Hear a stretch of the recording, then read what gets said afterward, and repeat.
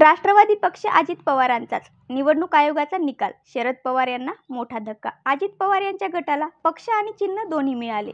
उपमुख्यमंत्री अजित पवार यांच्या नेतृत्वाखालील गट हाच खरा राष्ट्रवादी काँग्रेस पक्ष आहे, असा महत्त्वपूर्ण निर्णय निवडणूक आयोगाने मंगळवारी घेतला. तसेच पक्षाचे नाव व घड्याळ हे निवडणूक चिन्ह अजित पवारांच्या गटाला देण्यात आले आहे. या निर्णयामुळे शरद पवार यांच्या गटाला मोठा राजकीय धक्का बसला आहे. खरा राष्ट्रवादी पक्ष कुणाचा या संदर्भातील याचिकेवर काही चाचण्यांनंतर निर्णय घेतला. पक्षाच्या घटनेतील उद्दिष्टांची केलेली तपासणी, पक्षाची घटना, पक्षामध्ये संघटना तसेच विधिमंडळ पक्ष पातळीवर नक्की कोणत्या गटाकडे बहुमत आहे याची पडताळणी केल्याचे आयोगाने म्हटले. निवडणूक आयोगाच्या निकालाला आम्ही सर्वोच्च न्यायालयात आव्हान देणार आहोत. सर्वोच्च न्यायालय आम्हाला न्याय देईल याची आम्हाला खात्री आहे, असे राष्ट्रवादीच्या शरद पवार गटाचे प्रदेशाध्यक्ष जयंत पाटील यांनी म्हटले. अजित पवार काय म्हणाले? आमच्या वकिलांनी मांडलेली बाजू ऐकून घेऊन निवडणूक आयोगाने दिलेला निर्णय आम्ही विनम्रपणे स्वीकारत आहोत.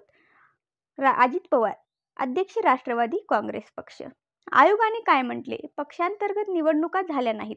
अजित पवारांचा गट हीच खरी राष्ट्रवादी काँग्रेस. 5 आमदार व एका खासदाराने दोन्ही बाजूंनी पत्र दिले. अजित पवार गटामध्ये कोणाचा समावेश आहे? महाराष्ट्रातील 41 आमदार, नागालँडचे 7, झारखंडचे 1 आमदार, लोकसभेचे 2 खासदार, विधान परिषदेतील 5 आमदार, राज्यसभेचा 1 खासदार यांचा समावेश अजित पवार गटामध्ये आहे. शरद पवार गटामध्ये कोणाचा समावेश आहे? महाराष्ट्रातील 15 आमदार, केरळमधील 1 आमदार, लोकसभेचे 4 खासदार, विधान परिषदेचे 4 आमदार, राज्यसभेचे 3 खासदार यांचा समावेश शरद पवार गटामध्ये आहे.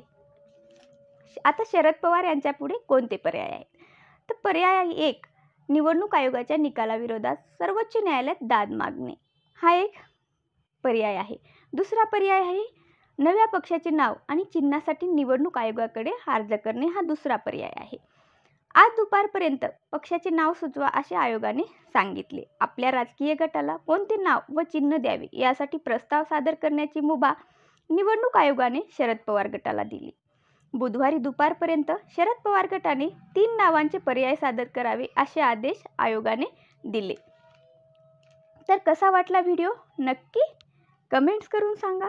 सबस्क्राईब करा, चॅनलला पुन्हा भेट द्या आणि नक्की सबस्क्राईब करा.